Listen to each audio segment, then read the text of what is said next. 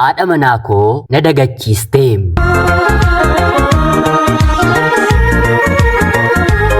Yeroodhaaf maqaa kiyya himachuun barbaadu kanan dhaladheetti guddadhee Jiituu Magariituu Oromiyaa keessatti barnoota kiyyallee kutaa 1 hanga 8tti maatii koo biratti ganda baadiyyaa keessatti ergan baradhee booda kutaa 9tii haga 12tti immoo mana kireeffadheen magaala taa'een baradhe. Kutaa 12ffaa akkuman xumureen carraa yuunivarsiitiitti barachuu argadheen yuunivarsiitii Jimmaa seeneen barnoota fayyaa yookiin immoo health officerii baradheen eebbifameen achuma naannoo magaalaa Jimmaatti hojii qabadheen hojjechuun eegale. Haatii fi abbaan koo ana waliin ijoollee 11 dhiira 5 fi durba 6 waliin godhataniiru. Ijoollee haatii fi abbaan koo waliin godhatanii keessaa hangafti ana. Hangafa waan ta'eef haatii fi abbaan koo xiyyeeffannoo guddaa natti kennanii yoo ati tolte warri kaanis ni tolu jedhanii baha kiyyaa fi galma koo ijoollummaatii kaasee na hordofuun akkan barnoota koo irratti qofa xiyyeeffadheen qayyabadhu bor mataa kiyyaaf otoo hin taane biyyaafillee akka nafuuf ganamaan ijoollummaa kootti daandiirra na buusanii. Abbaan koo nama jabaadha.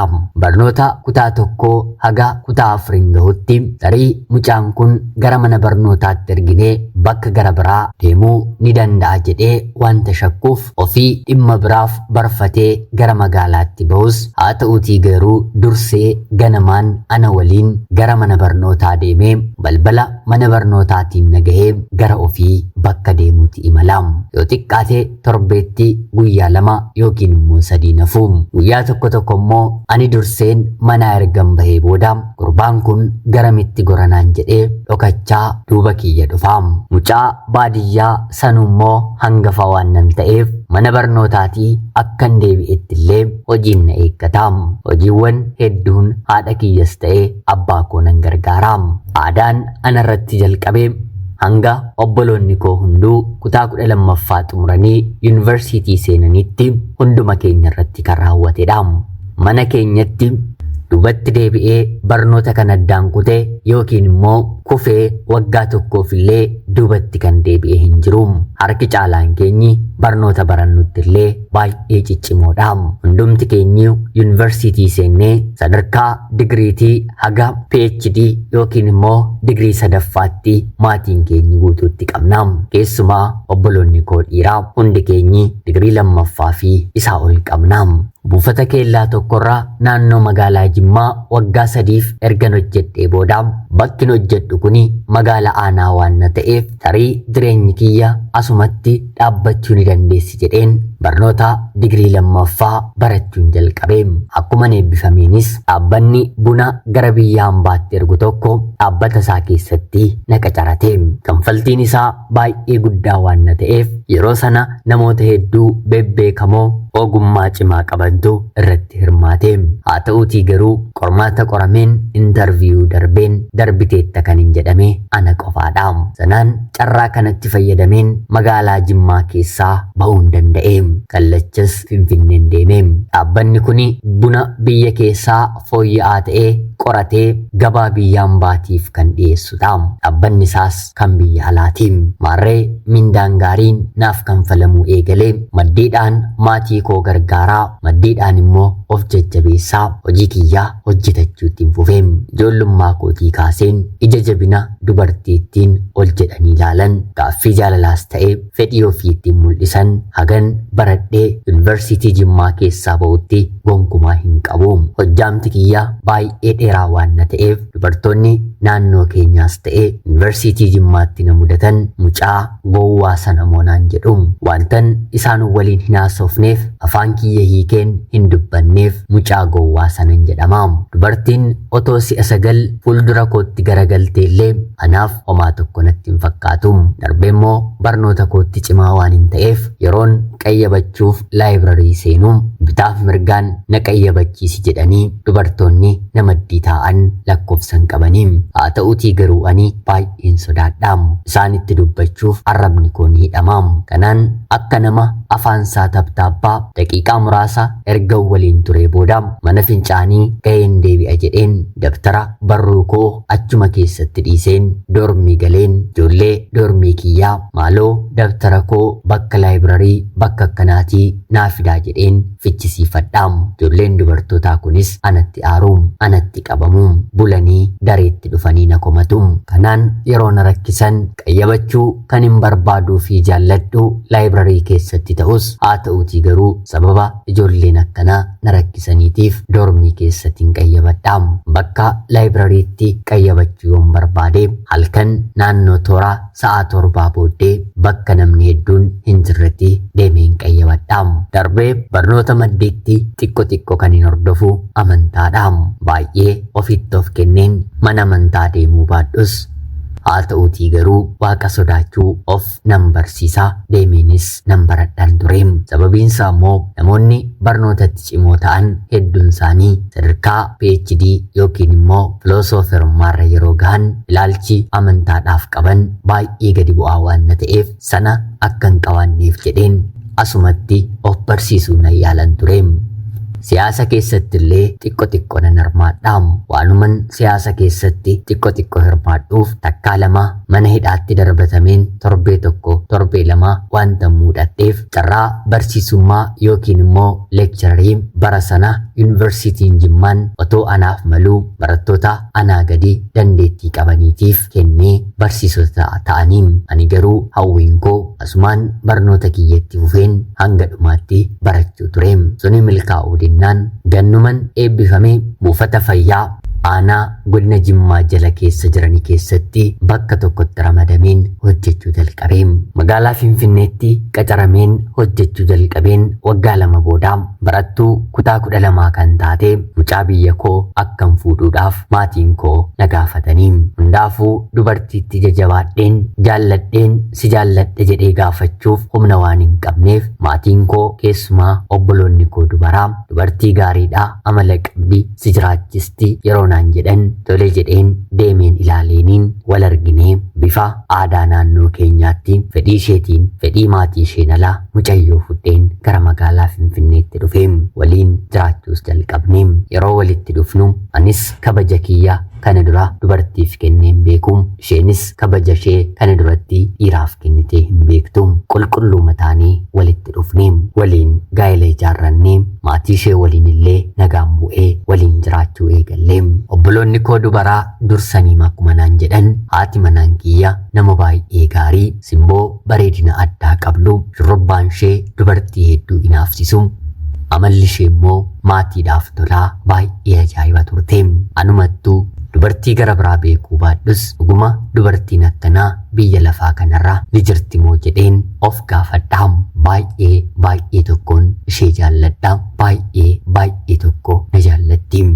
Bakkan hojjedhu hojjedhee baanaan as achi otoon goriin kallachaa gara mana koottiin fiigaam. Kaaffee yookiin immoo hoteela yoon seeneem bishaan yookiin shaayii fayyadamaam. Bunallee tole jedheen dhuguum. Tarii darbee haati manaa koo ofiif yeroo danfistu waan isheen hojjettu hunda waan hin fayyadamuuf buna manatti nan dhugaam. Dhugaatii araadaa kan jedhamu ana bira hin jiruum. Nyaatallee ganama kan isheen naa hiiteen fudheen laaqanarratti bakka hojiitti nyaadhaam. Hiriyoota koo waliin hojjennu keessaa nyaata manaatii kan nyaatu hin jirullee yoon jedhe of tuulummaa natti hin ta'uum. Hundi isaanii konkolaataa biiroo qabatanii laaqanarratti hoteela guddaatii deemanii nyaatuum. Dhaabbatan hojjedhu keessatti yeroo garaagaraas carraa biyya hambaa deemnee hojjechuu qabnaam. Yeroo sana immoo kaffaltiin dachaa nuuf kennamaam. Biyyoota Afrikaa garaagaraarra deemnee qorannoowwan garaagaraa funaannaam. Kanaan dhaabbatan hojjedhu keessatti nama jabaa ta'een sadarkaa hoggansaarra taa'een hojjechaa otoo hin jiruu haadha manaa koo waliin waggaa 7 waliin jiraannee turtii waggaa 7 keessatti illee ijoollee 2 dhiiraa fi dubartii 1 argannee waliin jiraachaa turreem. Yeroo hoggansarra taa'amu biiroo keessatti warreen na jala jiran sakatta'uun waan balleessan waan tolchan ilaalaa ooluun akka ani hojiin hojjenne wanta na taasisuuf keessumaa sa'aa booddee harka caaluun hoteela yookiin immoo kaaffeen jaalladhu keessa taa'een sa'aatii dheeraa achitti hojjedhee ergan dabarsee booda galgala toora 2 yookiin immoo 3 gara manaatti deebi'een ijoollee koo fi haadha manaa koo waliin hin dabarsaam. Haa ta'uutii garuu yeroon hoggansarra jiru kanatti wantan kaaffee yookiin immoo hoteelan jaalladhu keessatti sa'aatii dheeraa dabarsu amala haaraa anatti fidee dhufe. Mama kootiin bakkan taa'ee ka'uun jaalladhu. Ganama bakka tokko taa'een galgala ka'uu danda'a. Maarree hoteela guddaa magaalaa Finfinneetti argamu tokko keessa kaaffee mataasaa of keessaa kan qabu sa'aa booddee sa'aa 10 kaasee haga sa'aa 2tti yeroo hunda laaptooppii kiyya qabadheen bakka tokko taa'ee hojjedha. Bakki sun bakka callisaa nama callisa barbaadu qofa kan fayyadamu waan ta'eef maamilli hedduun achi keessatti hin argamu. Anillee bakka sana taa'een shayii bishaan qofa fayyadamuudhaaf qarshii 300-400 kanfalaam. Namoota sadarkaa isaanii eeggatan aanga'oota mootummaa hojiidhaan biizii ta'anitu bakka sanatti argamaam. Maarree bakka kana yeroon taa'u yeroo hundaa achitti kan hin argu mucayyoo baay'ee bareedduu taate afaan Oromiffaas kan dandeessudha. Magaalaa Finfinnee keessatti yeroo sana nama afaan Oromoo haasa'u argachuun baay'ee ulfaata. Barreeffamni laaptooppii koo duuba jiru afaan Oromoo akka ta'e dubbistee yeroon bakka sana deemu yeroo hundaa afaan Oromoodhaan na haasofsiisti. Kunumti qofti baay'ee natti tola. Namni biraa bakka sana kan dhaabbatu yoo ta'e illee abaluudhaan naaf waami jedheen ishee waamsifadheen ajajsiifadha. Kanaan baatii tokko baatii lama xumuruun jalqabe. Baatii lama booddee mucayyoon kun baay'ee natti siquu jalqabde. Tarii barfadheera yookiin immoo nana feera taanaan bilbila kiyya qabdi narratti bilbilti. Maali har'ammoo hin dhuftuu naan jetti. Ishuma laaluuf qofa miila koo bakka hojiidhaa kaaseen guyyaan ani bakka sana hin deemne dhallee yoo ta'e deemeen ishee argeen daqiiqaa muraasa taa'een gara hojii kootti yookiin immoo gara manaatti deebi'a. Biiroo hojii koorraallee hoteelli kuni kan argamu baay'ee fagoo miti. Gamoo fuulduratti wal ilaalanidha. Haadha manaa koo fuudheen guyyaa tokkoof na shakkiteen beektu. Amala koo haaliin dabarse wanta beektuuf hinumaa natti kolfiti. Dhiira akkanaatti heerumuun koo anaaf carroomuudha yeroo maranaan jetti. Namni hedduun isheen beektu magaala kana keessa waan hin jirreef anis haadha manaa koon shakkuu guutummaatti wal amannee jaalalaan jiraanna. Wanti jaalala jedhamu dargaggeessi dubartii jaallatu diida jiru kuni garuu bara kana natti dhufe. Mucayyoo hojjettuu keessummeessituu kana jaallachuun jalqabe. Ofii kiyya sababa uumeen bakka sanatti yeroo hundaa argamuun eegale. Ni beektu akkam otoon jaalladheellee gaafachuu hin danda'u. Guyyaa tokko garuu hoteelli kuni guddaadha. Yeroo asitti hojjettu bakka kanatti hojjechuu keerra kutaa hojii xiqqoo jirtu maaliif hin kireeffattu? Sa'aatiidhaan qarshii 50 qofaadha. Namoonni gurguddaan hedduun kutaawwan kana kireeffatu jettee na gaafatti. Anis kana dura hin beeku waan nan ta'eef kutaa akkamiitii yeroon jedhuuni kutaa hojiif qofa ta'u hoteela keessa jiru natti argisiiste. Anis kanaan booddee kanan fayyadamaa inumaa biiroo ooluun nan barbaachisu jedheen guyyaa man arge jaalladheen murteeffadheen kutaama sanatti fayyadamuun jalqabe. Hojjettoota keessummeessitoota hoteelaa malee namni gara biraa bakka sana dhufuu hin danda'u. Sunuu yoo isin waamtani qofaam. Kanaan ala sa'aatii fayyadamtani guutuu callisaan bakka sanatti hojjechuu dandeessu. Maarree mucayyoon kunis bakka kana otoon ani waamiin yeroo garaagaraatti dhufuu jalqabde. Anis yeroo isheen dhuftu baay'ee na tola. Na waliin haasofti. Eenyummaa koo na gaafatti. Eenyummaa ishees natti himti. Baay'ee tokkoon jaalladhe. Kanaan otoo jennuu guyyaa tokko galgala keessaa naannoo toora za'a lamaa ta'ee haa ta'uutii garuu roobni hamaan akkam cabbii qabu roobuu jalqabe. Gamoorraa gadi bu'een daandii darbeen biiroo keenya jala kan jiru konkolaataa koo deemeen nan fidadha jedheen haa ta'uutii garuu roobni suni laaptooppii kiyya ni balleessa jedheen sodaadhe. Haa dhaabbatu jedheen naannoo daqiiqaa 30 gamoo jalan dhaabadhe. Haa ta'uutii garuu ittuma caalaa dhufe. Booddee baay'ee natti qorree jennaan karkaffuun illee uffata kiyya argateera gara kutaa open space duran tureetti hin deebi'e. Yeroo kana mucayyoon kun maaliif deebitee yeroo naan jettu konkolaataa as jala fidee ni dhufneen jedheeni. Uffanni koo roobnitti faca'ee yookiin immoo karfaffaa'ee xiqqoo jiidheera. Uffanni kee ni jiidhemoo jettee dhuftee na hammattee. Anis nan hammadheeni. Qorra keessan ture mitire ho'i sun baay'ee natti tole. Isheettis akkanuma dhalate fakkaata. Duuba kiyya oliif gadi na tuttuqoo yeroo eegaltu anis akkanuma tuttuqooniin eegalee. Hidhiin keenyi wal qabatee san Kanaan haga roobni caamuti jechuun galgala keessaa sa'aatii 4 ta'utti anis uffata kiyya jalaa ofirraa baaseera. Isheenis uffata ishee jalaa ofirraa baasteetiin waliin wanta raawwanneerra. Kana hundumaa keessaa yeroon ka'u nan himiti. Seexanatu na raawwachise kanaan naga'e jechuuf gonkumaa seexana miti. Fedhii kiyyaanii guyyaa sana gara manaatti illee galuun natti ulfaatee wanta raawwadhe adda koorratti barreeffamee waan mul'atu waan natti ta'eef haadha manaa kootti bilbileen har'a hin dhufuu rafaa hojiin natti baay'ateera jedheen isheetti himeen yeroo jalqabaatiif halkan sana hojiin qaba jedheen gara biirootti deebi'een biiroo keessan buleem halkan hirribni nan qabneem wanti hin dabarse ceephoo na keessatti nuumneem hundumti isaayyuu na gammachiiseera.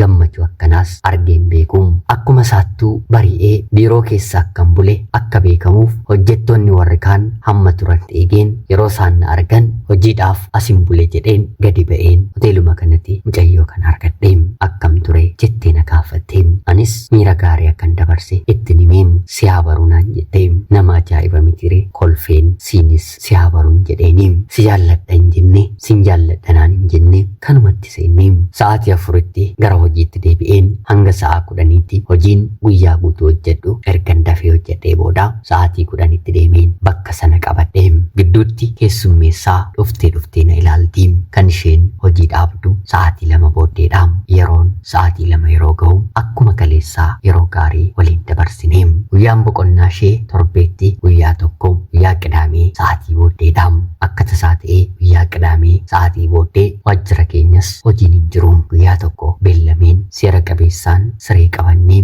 haga galgalaa'ee sa'aatii 2 guutuutti waliin hin dabarseem yeroo sanarraa kaasee haadha manaa koo waliin ciisuun na jibbisiiseem isan galgaleeffadheen barfadheen dhufu hojiimti itti gaafatamummaan itti baay'ateeti naan jetteem turtii waggaa 7 yeroo waliin jiraanne keessatti kan waliin horanne ilmaan qofa otoo hin taane lafa biteen mana ajaa'ibaa ta'ellee irratti ijaareera. Daa'ima sadaffaallee si'a 2 naaf ooftee haa ta'uutii garuu milkaa'uu didee booddee irratti xiqqoo obsaa gadameessi kee hamma mayyaannatutti naaf jedhamteetti. Kanaan ani waa biraa keessan seeneera.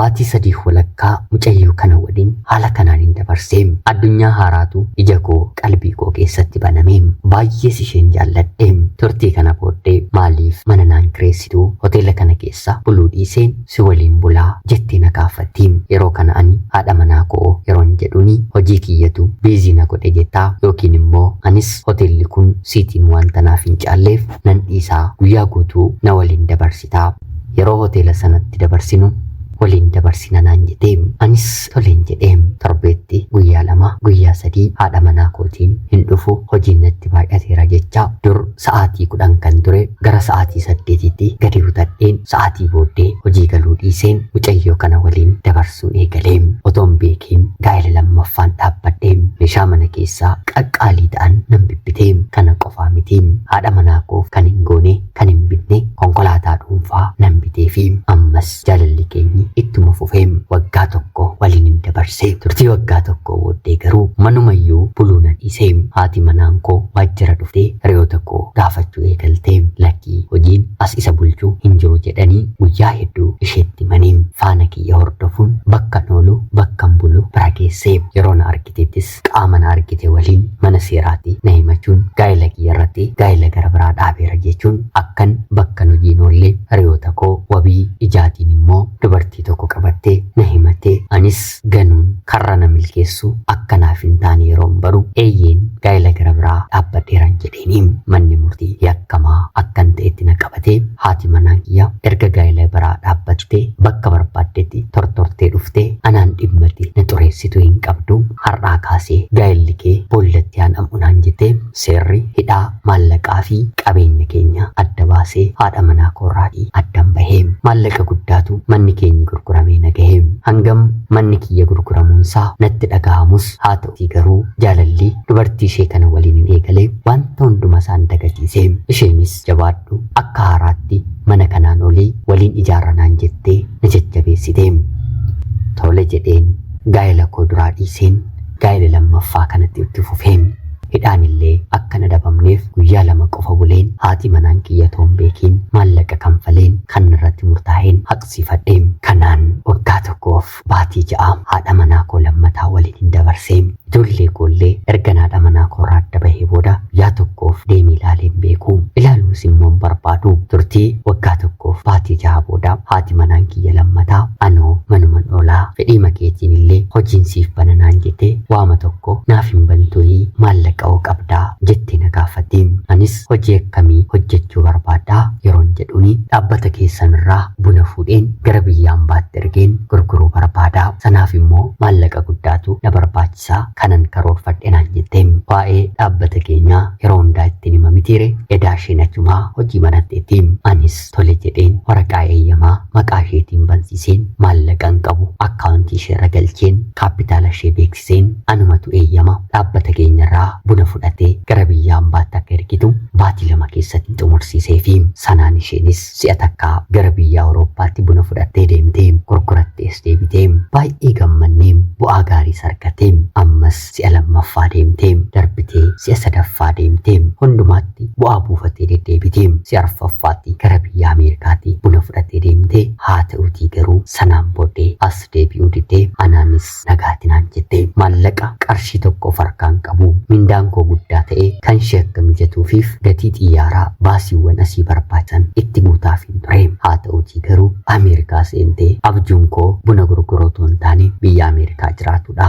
jireenya keef carraa gaarii siif hin hawwanaan jettee ergaa dheeraa barreessitee karaa hundumaan biloog na goote jireenyis biloog na godhe fayyaan dhabee sammuun koo ni jeeqamee gaa'ela koo diiguun koo yeroo sana kan natti dhaga'amne amma yeroo nyaatamu natti dhaga'ame ijoolleen koo haati manaan koo bakka isaan jiran hin beeku baay'een gaddee sammuun koo baay'ee tuqamee kanaan aarii kiyya gadda kiyya dagachuuf hoteelarra naannee sirbuu dhugaatii kana dura harkaan tuquu hin beekne dhuguu of macheessuu of wallaalchisuu dubartii fedhe waliin buluu fi kanneen kana fakkaataniin eegalee waggaa 2 jireenya kanan dabarsee turtii waggaa 2 booddee yeroon of ilaalu kanan jiru keessaa yeroon dammaqu ani nama kaleessan jiraachaa ture hin turre kutaa tokko kaaree 12 taatu kireeffadheen mana koo keessa firaashii tokko duwwaatu jira uffanni koollee bakka inni jiru hin beeku hojii kiyyarraa hoggansarraa bu'een gadi darbatameen hiriyoonni koo ani isaan hogganaa ture hojii kiyyarraa na ari'uuf akeekkachiisa xalayaa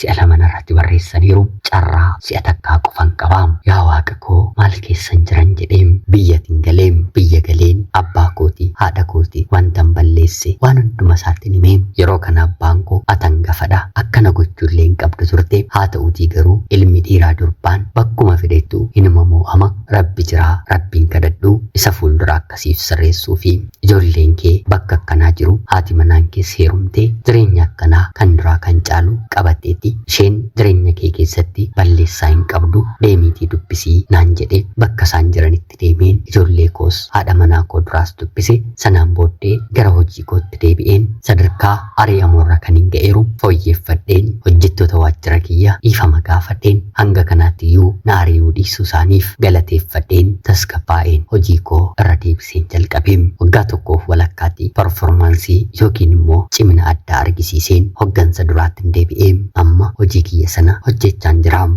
maallaqa qaba mana qaba konkolaataa 2-3 qaba haa ta'uutii garuu billaacha jireenya kootti dhufteen ijoollee koo maatii koo bittinseem diinni jireenya koo akka killeettiin qabadheeru narratti cinseem seenaan koo isin dargaggootas isin shamarranis isin barsiisuum ana obboleessa keessan magaalaa Finfinneerraatiin ulfaadhaa nagayaatti galatoomaa.